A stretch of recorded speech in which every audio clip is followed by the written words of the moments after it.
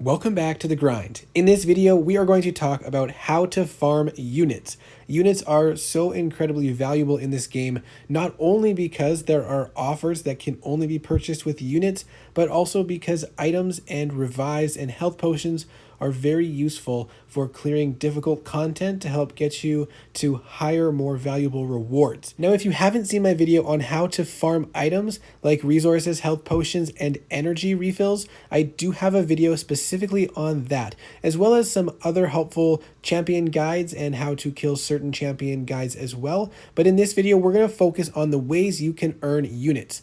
Now, obviously, the best way to get units in the largest amount is to grind arena, but let's be honest. If you're watching this video, that's not what you came to hear. The vast majority of players really do not like grinding arena because it's just very monotonous and boring, and a lot of players have such limited time that even if they spend all their time grinding arena, they still wouldn't notice the major impact in the unit gain on their account, and if they did, they would not be able to spend it because they don't have any time left over to play the events. So let's talk about all the ways you can earn units, and then at the end, I'm going to review how I tend to use the arena.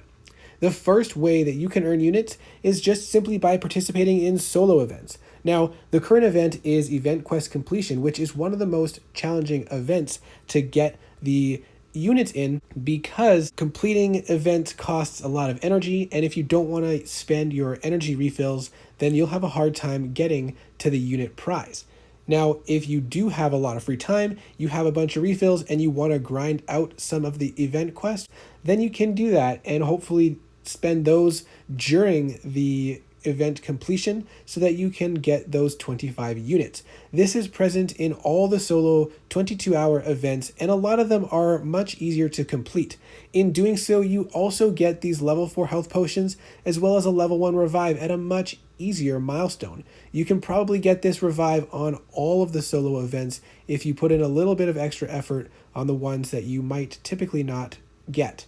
Now, the other ones like Arena and Hero Use are a lot easier to even max out all the rewards, and so you can get some Tier 2 Alpha Catalyst Fragments as well as a Signature Stone that's not even class specific. And then you can also get a greater Arena boost, which we'll talk about a little bit later. In addition to all of those good things, you also add up these solo shards, which after they added the Supreme Crystals makes a pretty big difference in my opinion, because in my opinion it gives out a lot more useful things that I actually tend to use more frequently.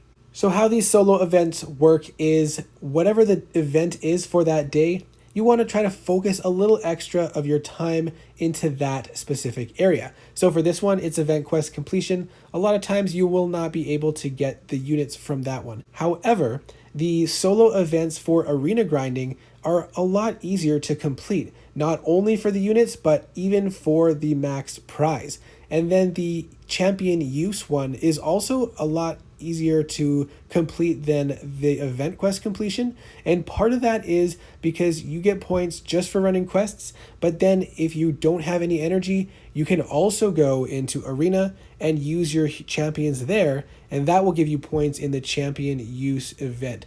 And finally, the last one is the level up event, which is also pretty easy to do as long as you save your level ups for that event.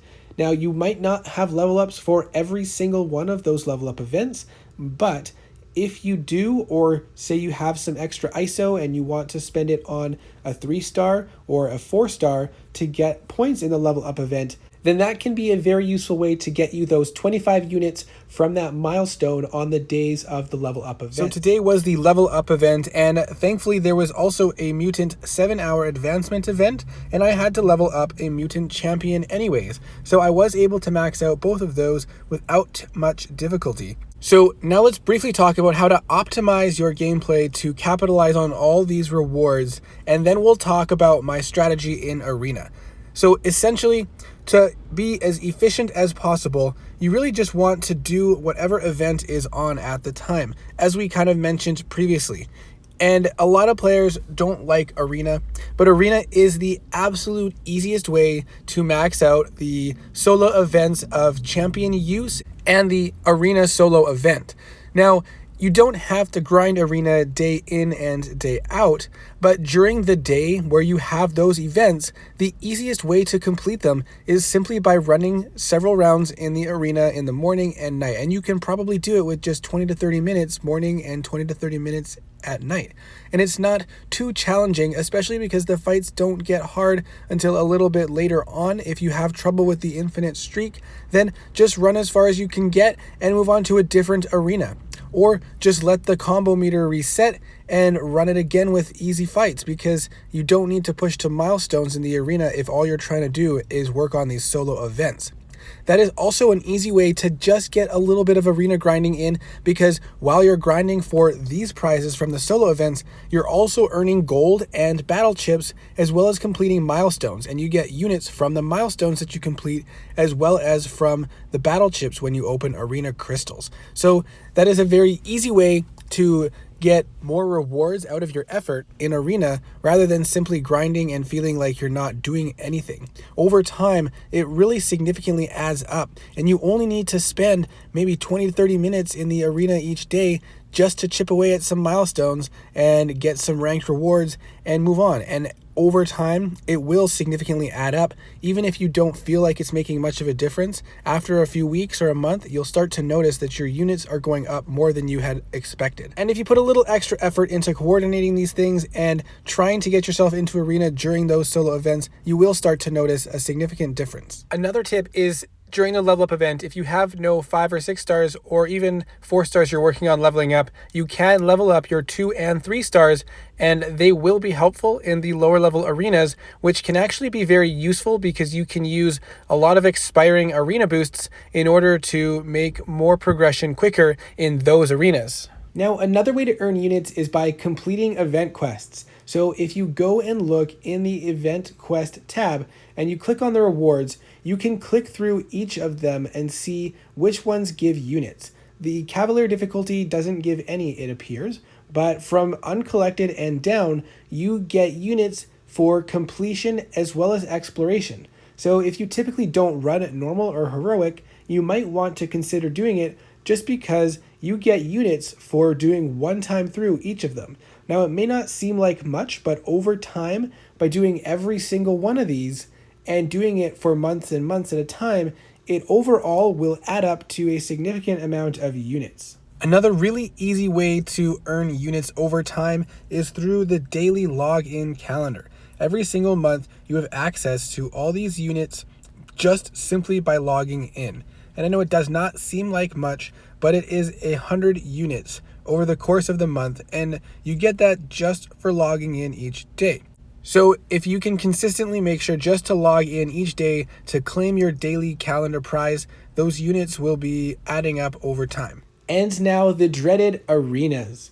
Unfortunately, the most effective way of getting lots of units is by grinding arena, and that's for 2 reasons. One, you can see that you earn units from completing these milestones. A lot of them are not that difficult to do. Now, they are small numbers in this arena, but there's lots of milestones, so it does add up. And when you look at, say, the 4-star featured arena milestones, you can see that it adds up a lot more, to 15 even on several of these milestones. And again, the milestones are not that difficult to complete.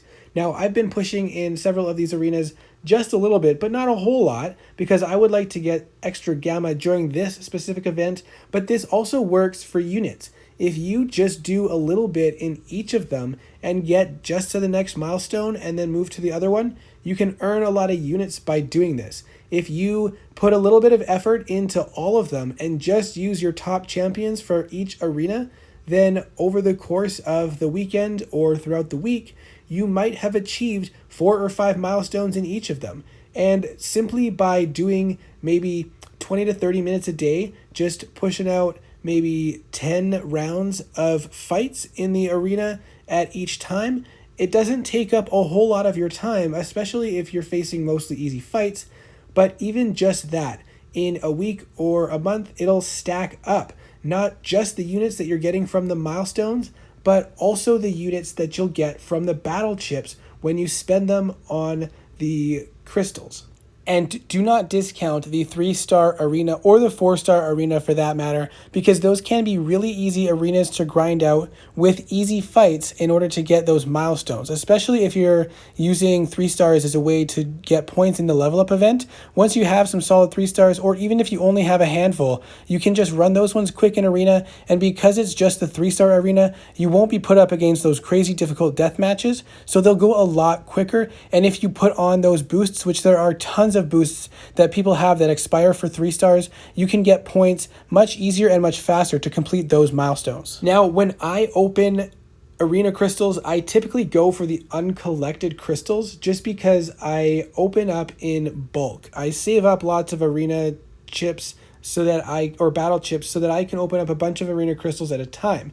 I don't typically find myself needing the extra little bit of units every week, and I rather just do it all at once. And so because I'm spending more battle chips at a time, I go with the uncollected arena crystals. And overall, the drops are fairly the same. But the main difference is that when you open the uncollected arena crystals, you're opening less crystals, so you have less chances to get units, if that makes sense. But if you're opening arena crystals, the basic ones, you're going to be opening a lot more. So the number of hits on units that you'll be getting will be a higher number if you're opening in less quantities.